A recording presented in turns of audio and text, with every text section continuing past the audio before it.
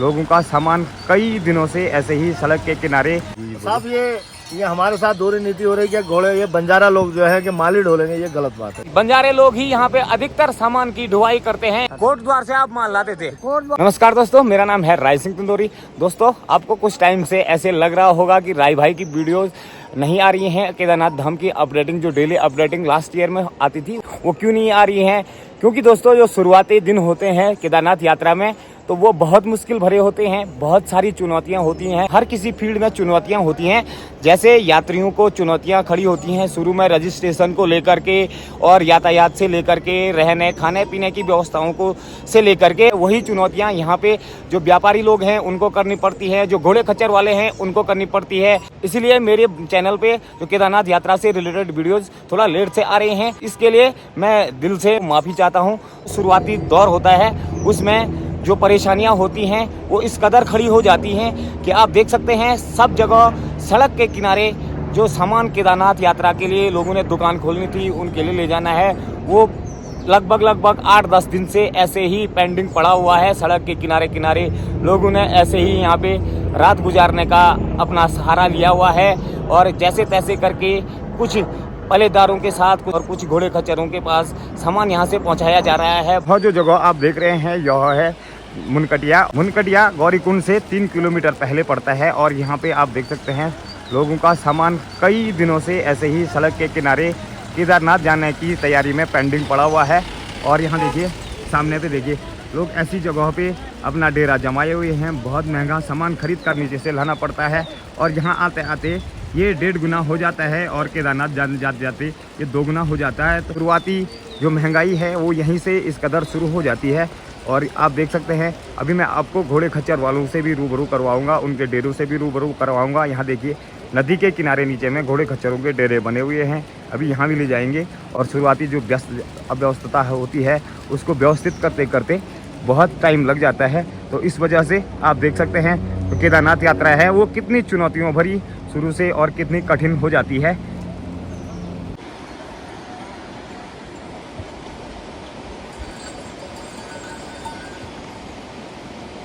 ये जितने भी आप ये प्लास्टिक वगैरह सारे यहाँ नीचे देख रहे हैं, ये हैं घोड़े खच्चर वालों के अपने रहने के लिए डेरे बनाए हुए हैं। और आप देख सकते हैं, ये एकदम बिल्कुल नदी से सट के और इस उबड़ खाबड़ सी जगह में इन्होंने डेरे लगाए हुए हैं। यहाँ देखिए, पूरे जो मुनकटिया के नीचे हैं।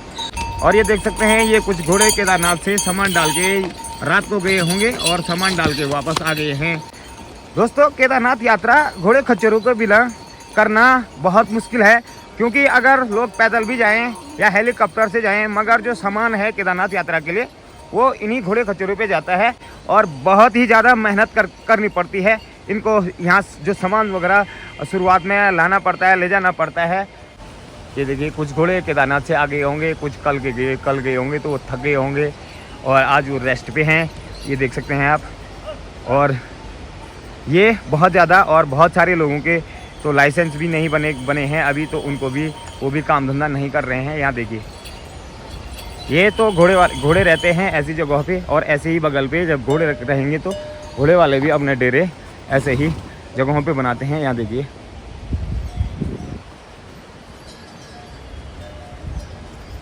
जो कमाई होती है, कमाई के हिसाब से ही देखिए इस प्रकार का जीना और इस प्रकार का रहन सहन है होता है। और उसके बाद फिर लोग कहते हैं केदारनाथ धाम में महंगाई हो गई, और केदारनाथ धाम में घोड़े खच्चर इतना ज़्यादा लूटते हैं, ये करते हैं। मगर ऐसा कुछ भी नहीं है। आप यहाँ की सच्चाई अगर जानेंगे तो आपको भी लगेगा कि वाकई में बाहर से हम लोग जो कहते हैं और जो होता है वो बहुत मुश्किल होता है।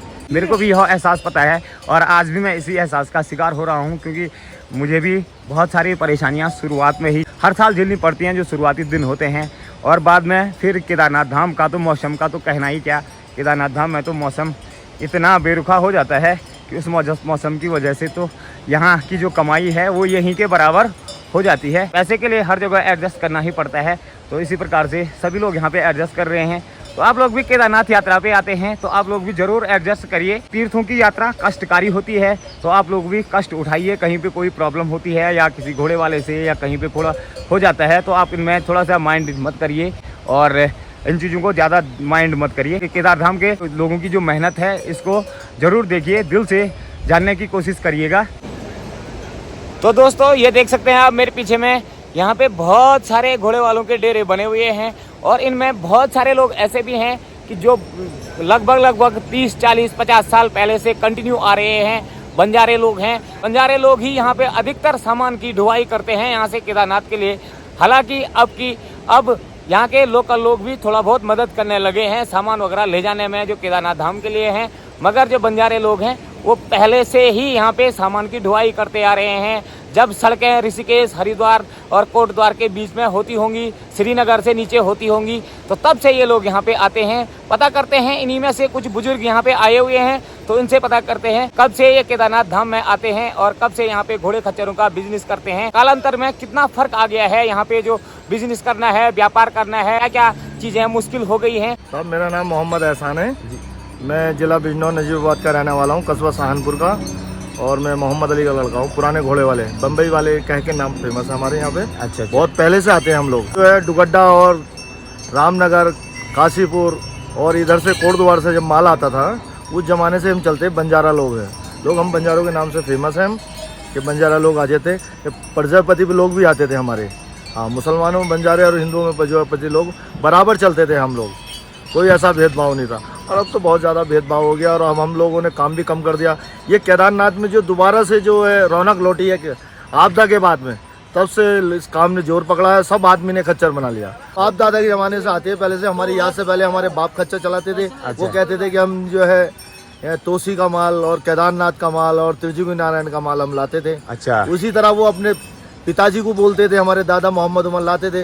वो हमारे बंजारा लोग जो है ना बहुत आते थे, पहले से लोग चलते थे। बद्रीनाथ का, यहाँ का, पहाड़ों का माल लाते थे, जगह जगह का माल लाते थे। मैं खुद स्कूल टाइम से जो है ना करीब 1980 के लगभग से मैं आता हूँ, स्कूल टाइम से। फिर उसके बाद में परमानेंट जो मैं यहाँ हुआ हूँ, स्कूल छोड़ने के बाद, हाई स्कूल के बाद में परमानेंट सेटल हुआ यहीं खच्चर में। यहाँ और गोविंद घाट हेमकुंड काम करते हैं पहले से। अच्छा। तो बॉर्डरों में हमने काम किया, रत्ता कोना हमने काम किया, टोपी ढूंगा हमने काम किया, जगह जगह हमने ITBP का माल डोला है। कि पहले यात्रा इतनी नहीं चलती थी। अच्छा। हाँ, यात्रा इतनी नहीं चलती थी, माल हम लोग माल ढोते थे और चले जाते थे, कोई दिक्कत नहीं आती थी। अच्छा। लेकिन अब यात्रा इतनी ज़्यादा आती है कि प्रशासन भी परेशान है। ऐसी बात नहीं है, बहुत ज़्यादा यात्रा कवर करना, इतनी यात्रा को कवर करना मामूली बात नहीं है। हाँ, और ये इसमें इस बदलाव तो आएगा। पैसा भी हुआ आया है इस पे, लोगों में पैसा भी कमाया है, सबने पैसा भी कमाया है। ऐसी बात नहीं कि पैसा नहीं कमाया है, लेकिन इसके साथ साथ परेशानियाँ तो हुई हैं पैदा कि जब इतने लोग आएंगे यहाँ पे ना, तो परेशानी तो होगी साहब। और घोड़ा खच्चर चलने से जो है यात्री को ज़्यादा दिक्कत हुई है। ऐसी बात नहीं कि यात्री को भी है, अब क्या करे, प्रशासन से तो मुस्तैद रहता ही है। इससे पहले कब आए थे पहली बार आप केदारनाथ? 40 साल के करीब तो हुआ हूँ। 40 साल पहले आए थे। अभी देखो बीच में नेपाल चले गए थे साहब। ये हमारे साथ दोहरी नीति हो रही है कि घोड़े, ये बंजारा लोग जो है कि माल ही ढोलेंगे, ये गलत बात है। देखो, सवारी में हमारा हिस्सा होना चाहिए, चाहे कम परसेंटेज से हो। हाँ, बिल्कुल जरूर होना चाहिए, कम परसेंटेज से हिसाब से होना चाहिए। लेकिन हमारे माल का घोड़े से लाइसेंस बना, माल हम लोग ढोते हैं। जितनी फर्स्ट क्लास करके हम माल ढोते हैं ना, कोई नहीं ढोता। रिकॉर्ड है बंजारों का, कुमारों का रिकॉर्ड है। जो हमारे प्रजापति लोग हैं, कुमार भाई हैं, सबका रिकॉर्ड है। कोटद्वार से माल चलता था और आगे 2 सिमट तक माल ले जाते थे। हाँ, बिल्कुल। और यहाँ से चलता था कोटद्वार से, ये यहाँ तक भी केदार तक गया था। अच्छा, आपके बड़े कोटद्वार से आते थे और केदारनाथ तक माल ले जाते थे। कोटद्वार से, ऋषिकेश से। हाँ, ये ऐसे माल, ये हमारा कारोबार यही था साहब। अच्छा। पहले से ही कारोबार यही है। यह सही बात है कि जब ये लोग सामान ढो रहे हैं बहुत सालों से, पीढ़ी दर पीढ़ी, तो इनके भी घोड़े पीढ़ी दर पीढ़ी ये लोग कारोबार कर रहे हैं, तो इनको भी लाइसेंस मिलना चाहिए और ज़्यादा इनके साथ भी किसी के साथ भेदभाव नहीं होना चाहिए। आप लोगों के भी लाइसेंस बनने चाहिए सवारी ले जाने के। तो देखिए दोस्तों, जिंदगी में मुश्किलें हर पल आती हैं, चाहे विकास कितना भी अधिक बढ़ जाए।